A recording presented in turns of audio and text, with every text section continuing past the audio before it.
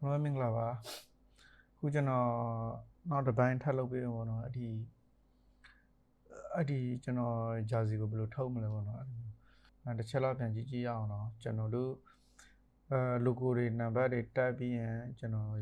ဂျာစီထုတ်တဲ့ဗီဒီယိုကိုကျွန်တော်ဒီမှာပြန်ပြပေးပါတော့ Okay ဒီမှာဆုံးကျွန်တော်တို့ EN ပြန်ဖွင့်မယ်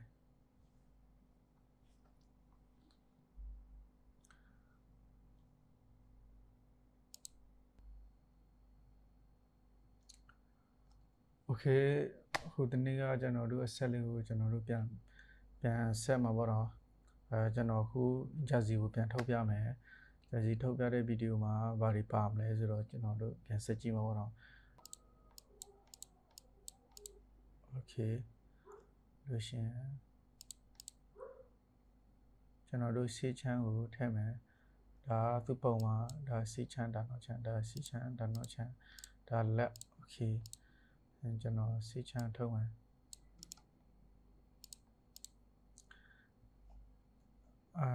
ကျွန်တော်စီချမ်းကိုမလုပ်ခင်မှာပေါ့နော်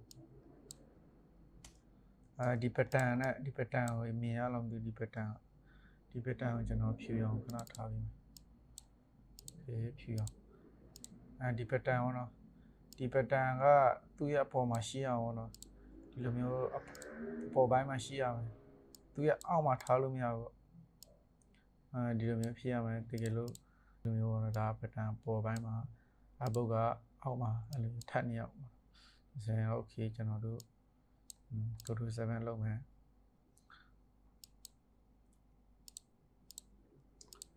go to 7လောက်ဒီပုတ်ကနည်းနည်းသေးတော့နည်းနည်းသေးတဲ့ခါကျကျွန်တော်တို့နည်းနည်းချက်ရှစ်လေးနေပြီးတော့ကျွန်တော်တို့ဘေးနှစ်ဖက်ပြီးရင်ကျွန်တော်တို့ဒီမှာ green zone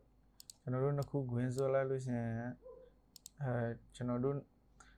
နှစ်ခုကိုဒီလိုမျိုးအလေတက်မညီဘူးစညီအောင်ထားပါတော့အပေါ်ပိုင်းကိုညီမယ်ပြီးလို့ရှိရင်ဘေးနှစ်ဖက်ကိုညီမယ်အဲ့လိုမျိုးအလေတက်ရပေါ်အလေတက်နှစ်ဖက်ရပြီးလို့ရှိရင်တော့ပေါ်ပိုင်းညီတာပဲပြီးလို့ရှိရင်ကျွန်တော်တို့ဒီလိုမျိုး select ပေးထားရမှာပေါ့နော်ဒီလိုမျိုး select ပေးမှပဲကျွန်တော်တို့ Guru 7နေရပြီ okay ဒါဆိုကျွန်တော်တို့ NG ကိုရလာပြီပြီးလို့ရှိရင်နောက်ချမ်းလဲတူဆိုတာပဲနောက်ချမ်းဆိုလဲကျွန်တော်တို့ဒီ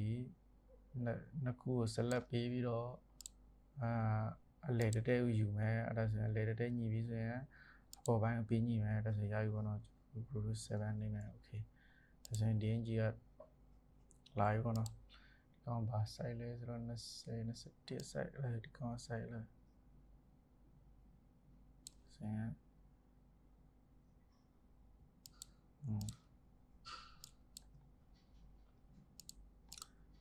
နာပါပြီဆိုရင်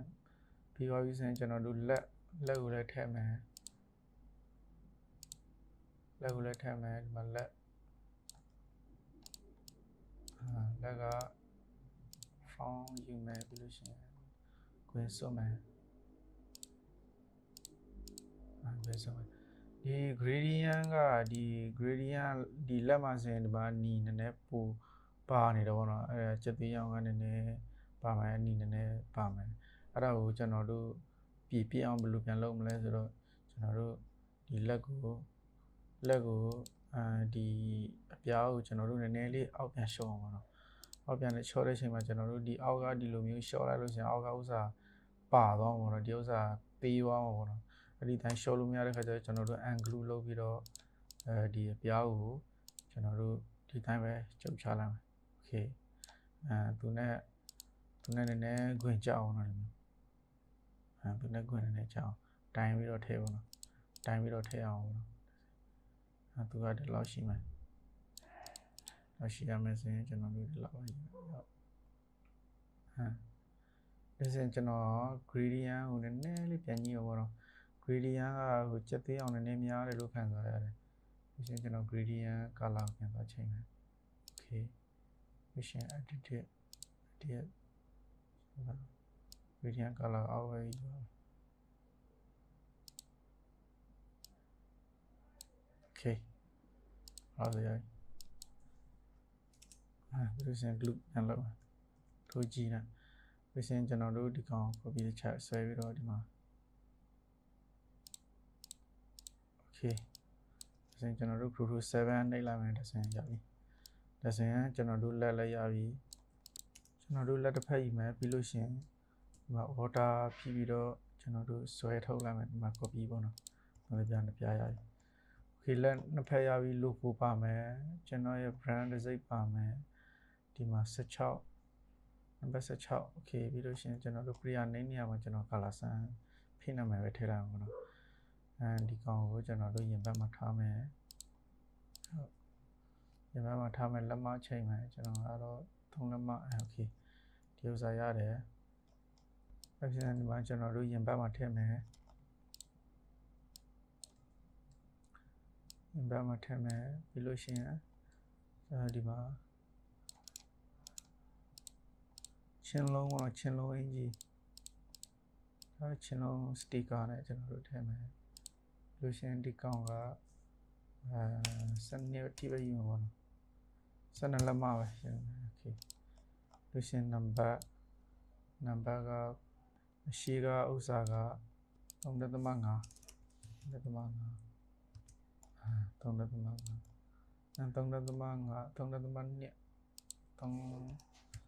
3လက်မခွဲတစ်ခွဲလေး16ပြီးလို့ရှင် from ထားမယ်โอเคဆိုရင်ကျွန်တော်တို့ခုရပြီဆိုရင်ပြန် sticker ကိုပါမယ်ကျွန်တော်ဒီမှာမမြင်ရဘူးပေါ့နော်ဒါကျွန်တော်ဆွဲထည့်လာတဲ့အချိန်မှာမတွေ့ရဘူးပေါ့နော်ဒါမတွေ့ရဘူး select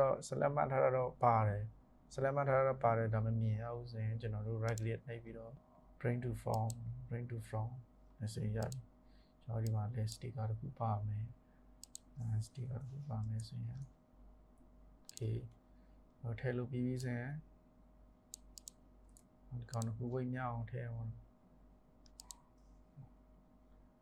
လဲဘူးချက်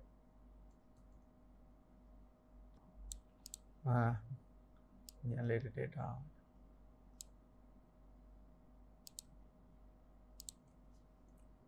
တော့လေ data ရောစင်ဒီကောင် on နေရှိ okay ရပြီဆိုရင်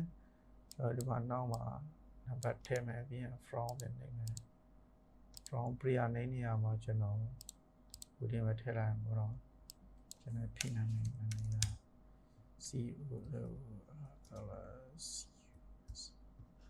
color sun ဖောက်ချိန်မယ်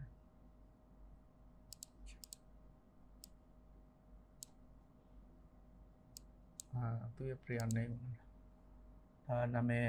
ည်ရှိတဲ့လူစင်နာမည်ထိုးပေါ့နော်ဒီနေရာတကယ်လို့နာမည်နဲ့လူချင်းတော့နာမည်ထိုးပေါ့ဘယ်လိုနာမည်မျိုးလိုချင်လဲပေါ့ပြီးရင်ကျွန်တော်တို့ font သတ်မယ်ဆိုရင် regulate နှိပ်မယ်ပြီးလို့ရှိရင်တော့ create outline ကိုနှိပ်လာမှာကျွန်တော်တို့ဒီမှာရှုပြန်ပြောင်းရပြီ okay ဒီကောင်ကိုကျွန်တော်တို့နှစ်လက်မလောက်ထားအောင် font size ကိုနှစ်လက်မလောက်ထားမယ်ဟုတ် okay ရပြီ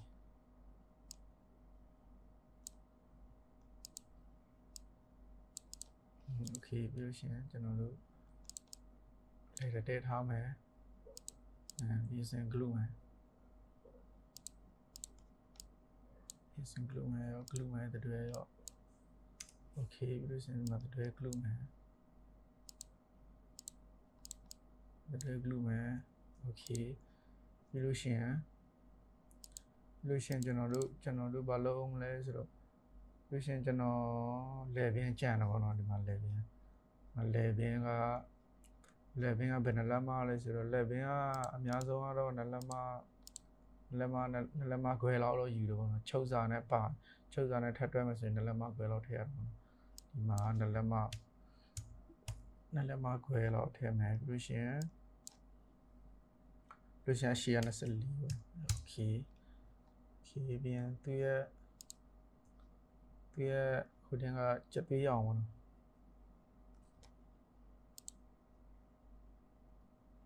သူရဲ့ level ကကြက်ပေးအောင်ကျွန်တော်တို့ပြန်ထုတ်မယ်တရားအောင်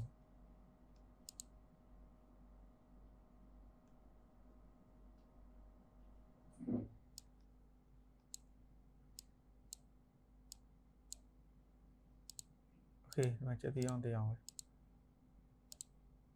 24 လို့ရှင်ချက်သေးအောင်အလေတဲ့မှာဒီမှာအလေပိုင်းမှာဟိုတည်းအဖြူလေးချောင်းပါတော့နော်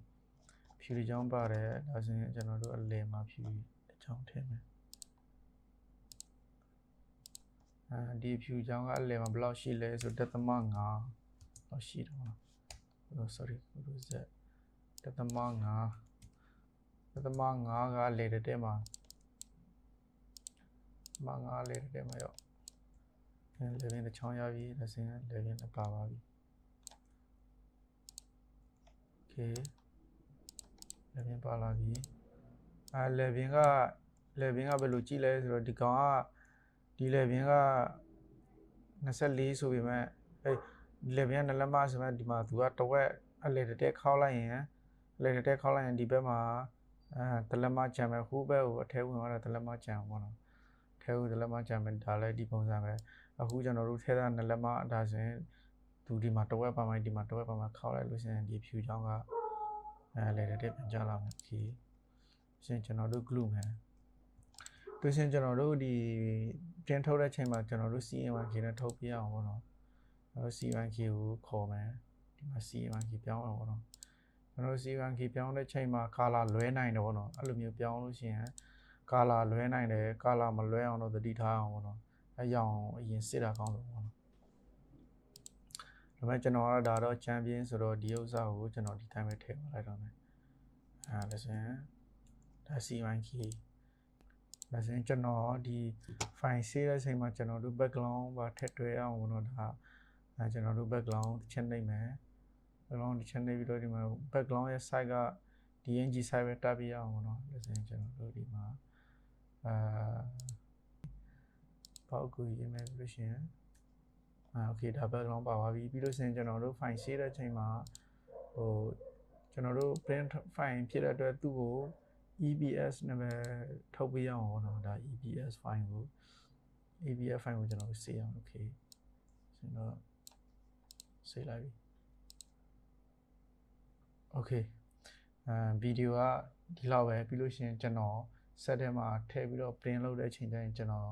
ဗီဒီယိုနောက်တစ်ခုကျွန်တော်ထပ်လုပ်ပေးမှာပေါ့နော် okay bye